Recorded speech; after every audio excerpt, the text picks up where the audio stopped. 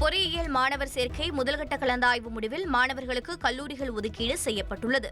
பொறியியல் மாணவர் சேர்க்கைக்கான முதல்கட்ட கலந்தாய்வு முடிவடைந்த நிலையில் 36,831 மாணவர்களுக்கு கல்லூரிகள் ஒதுக்கீடு செய்யப்பட்டுள்ளதாக மாணவர் சேர்க்கை செயலாளர் புருஷோத்தமன் தெரிவித்துள்ளார்.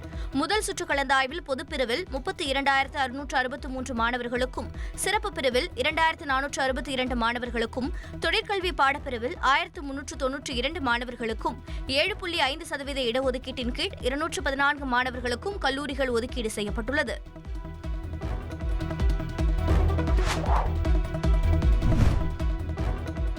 பெங்களூருவில் ஆர்சிபி வெற்றி பேரணியின் போது ஏற்பட்ட கூட்ட நெரிசல் தொடர்பான விசாரணை அறிக்கை நீதிமன்றத்தில் சமர்ப்பிக்கப்பட்டது. பெங்களூருவில் ஆர்சிபி வெற்றி பேரணியின் போது கூட்ட நெரிசலில் 11 பேர் இறந்த நிலையில் அது தொடர்பாக ஓய்வு பெற்ற நீதிபதி குன்ஹா தலைமையில் விசாரணை குழு அமைக்கப்பட்டது. இதனையடுத்து அவர் சமர்ப்பித்த விசாரணை அறிக்கையை கர்நாடக அரசு உயர்நீதிமன்றத்தில் சமர்ப்பித்தது.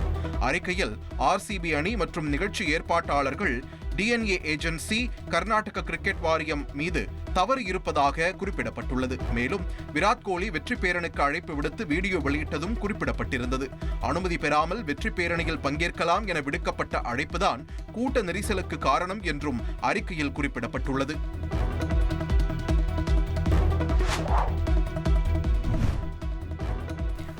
கடலூரில் தண்டவாளத்தை கடக்க முயன்ற பள்ளி வாகனம் மீது ரயில் மோதி ஏற்பட்ட விபத்தின் எதிரொலியாக 5 ஆண்டுகள் அனுபவம் இருக்கக்கூடிய கேட் கீப்பர்களை பணியில் அமர்த்த வேண்டும் என தெற்கு ரயில்வே பொது மேலாளர் RN சிங் அறிவுறுத்தியுள்ளார். மேலும் ரயில்வே கேட் கீப்பர் மீது எந்தவித தவறான குறிப்புகளும் இருக்கக்கூடாது என்றும், பணியில் ஒழுங்கீனம் இல்லாத கேட் கீப்பர்களை ரயில்வே கேட்டில் பணியமர்த்தக்கூடாது என்றும் அவர் அறிவுறுத்தியுள்ளார். கடலூர் ரயில் விபத்தில் 3 பள்ளி மாணவர்கள் உயிரிழந்த நிலையில் இந்த விபத்து தொடர்பாக கேட் கீப்பர் ரயில்வே போலீசாரால் கைது செய்யப்பட்டார். பின்னர் அவரை ரயில்வே நிர்வாகம் பணி நீக்கம் செய்தது குறிப்பிடத்தக்கது.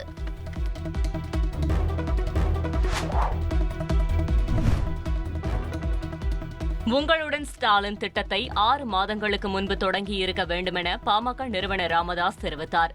திண்டிவனம் அருகே தைலாபுரம் இல்லத்தில் செய்தியாளர்களிடம் பேசிய அவர், ஒட்டு கேட்பு கருவி தொடர்பாக விசாரணை நடைபெறுவதாகவும் இன்னும் 2-3 நாட்களில் அம்பலத்திற்கு வரும் என்றும் குறிப்பிட்டார்.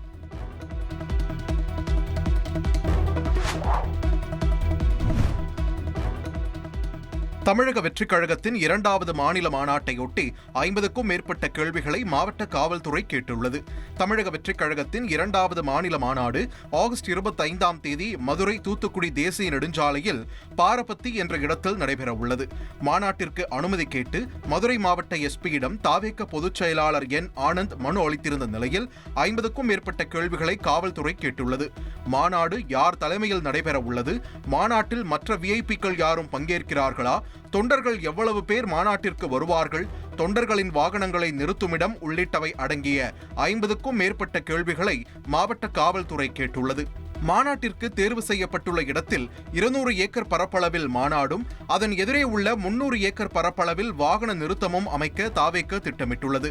மாநாடு நடைபெறும் போது போக்குவரத்துக்கு ஏற்படும் சிக்கல்கள், விஜய் பயணிக்கும் வழிகள், அவருக்கான பாதுகாப்பு, மாநாட்டுக்கு வருபவர்கள் அவ்விடத்தை அணுகுவதற்கான வாய்ப்புகள் உள்ளிட்டவை குறித்தும் மாவட்ட காவல்துறை சார்பில் ஆய்வு நடத்தப்பட உள்ளது. காவல்துறையின் ஆய்வு, காவல்துறையின் கேள்விகளுக்கு தாவேக பொதுச் செயலாளர் ஆனந்த் அளிக்கும் பதிலின் அடிப்படையில் மாநாட்டிற்கு அனுமதி அளிப்பது குறித்து காவல்துறை முடிவு செய்யும் என்றும் தெரிவிக்கப்பட்டுள்ளது.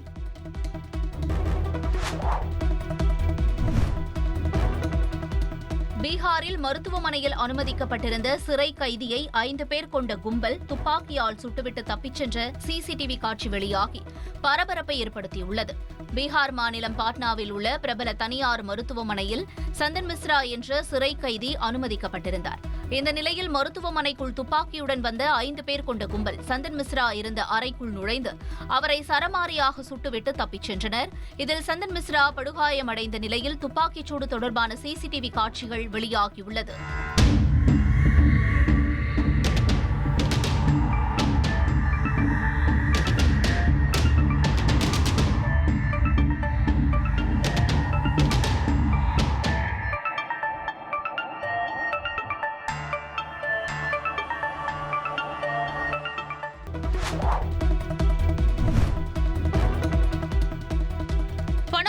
வழக்கில் தொடர்புடைய சினிமா தயாரிப்பாளர் ரவீந்தர் சந்திரசேகருக்கு மும்பை காவல்துறையினர் சம்மன் வழங்கியுள்ளனர்.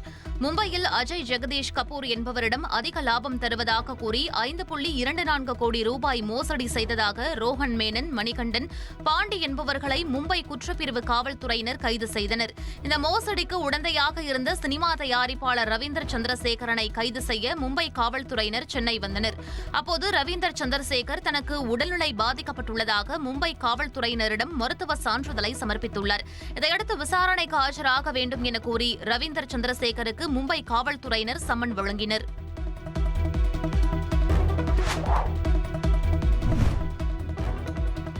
அமெரிக்க அதிபர் டொனால்டு ட்ரம்ப் பாகிஸ்தான் செல்ல இருப்பதாக தகவல் வெளியாகியுள்ளது. இதுகுறித்து அந்நாட்டு செய்தி ஊடகங்களில் வெளியாகியுள்ள தகவலின்படி செப்டம்பர் மாதம் அமெரிக்க அதிபர் டொனால்டு ட்ரம்ப் பாகிஸ்தான் பயணிக்க இருப்பதாக கூறப்படுகிறது. ஆனால் இந்த தகவலை வெள்ளை மாளிகை இதுவரை உறுதி செய்யவில்லை. அப்படி இந்த தகவல் உறுதி செய்யப்படும் பட்சத்தில் கிட்டத்தட்ட 20 ஆண்டுகளுக்கு பிறகு அமெரிக்க அதிபர் ஒருவர் பாகிஸ்தான் செல்வது இதுவே முதல் முறையாக இருக்கும் என்று ராய்ட்டர்ஸ் செய்தி நிறுவனம் தெரிவித்துள்ளது. கடந்த மாதம் வெள்ளை மாளிகையில் வைத்து பாகிஸ்தான் ராணுவ தளபதி அமெரிக்க அதிபர் டொனால்டு ட்ரம்ப் சந்தித்திருந்த நிலையில் இந்த தகவல் வெளியாகியிருப்பது குறிப்பிடத்தக்கது.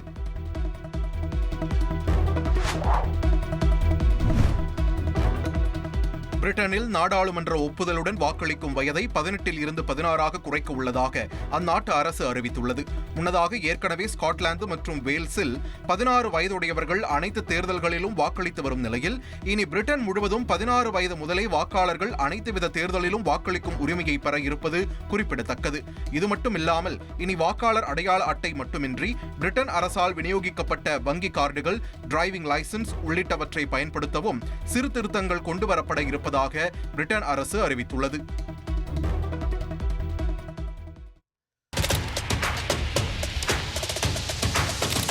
அதிமுக்கிய விவரங்களை அனைவருக்கும் புரிய வைக்கும் பாட்காஸ்ட். தவிர்க்க முடியாத முதல் மக்கள் வளைகுடா நாடுகள் பிரான்சிஸுக்கு பிரியா சம்பவங்களை தேடி களத்திற்கே உங்களை அழைத்துச் செல்லும் ஸ்பாட்லைட். அங்க இருக்கக்கூடிய கள விவரங்கள் என்ன? அமலாக்கத்துறை கடந்த 5 வருஷமாவே சார் எனக்கு ரொம்ப பிடிக்கும் அவர் வர்றதுக்காக எங்களுடைய நியாயமான கோரிக்கை.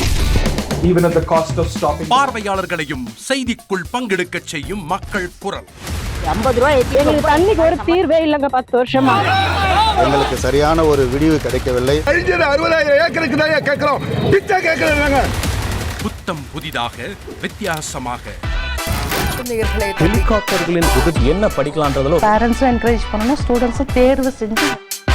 எனக்கும் சீமானனுக்கும் பெரிய வித்தியாசம் இல்லைங்க. ஒரு பாயிண்டா சொல்லணும். உங்களுக்கான தலைவர்களை பொழுதுபோக்கு தளத்தில் தேடாதீர்கள், போராட்ட களத்தில் தேடுங்கள். அனைத்தும் உங்களுக்காக. எப்போதும் இணைந்திருங்கள் தந்தி டிவியுடன்.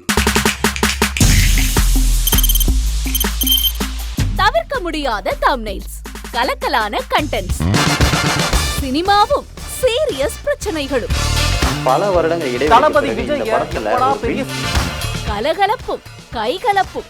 Me too love you. Thank you so much. Mass ஏத்துறது ஏற்ற தெரிக்குதுனாலே டன்னு தான். பிரேக்கே இல்லாமல் பிரேக்கிங் நியூஸ் சொல்லும் தந்தி டிவி ஆப். இன்ஸ்டா தலைமுறை வரை இறங்கி அடிக்கும் தந்தி டிவியின் டிஜிட்டல் எக்ஸ்க்ளூசிவ்.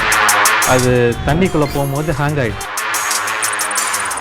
உங்களுக்கு விஜய் சார் எந்த அளவுக்கு ரொம்ப பிடிக்கும்? Of course, Malayalis are huge Vijay sir fans. ரெண்டு பேருமே ரொம்ப பிடிக்கும் எனக்கு. தந்தி டிவி ஆப்பை இலவசமா டவுன்லோட் செய்யுங்க. ஃபாலோ பண்ணுங்க, சப்ஸ்கிரைப் பண்ணுங்க, என்ஜாய் பண்ணுங்க. ட்ரெண்ட ஃப்ரெண்ட் ஆக்கிக்கோங்க. தந்தி டிவியின் சப்ஸ்கிரைபர்ஸ் அண்ட் ஃபாலோவர்ஸ் குடும்பத்துல நீங்களும் இணையுங்க.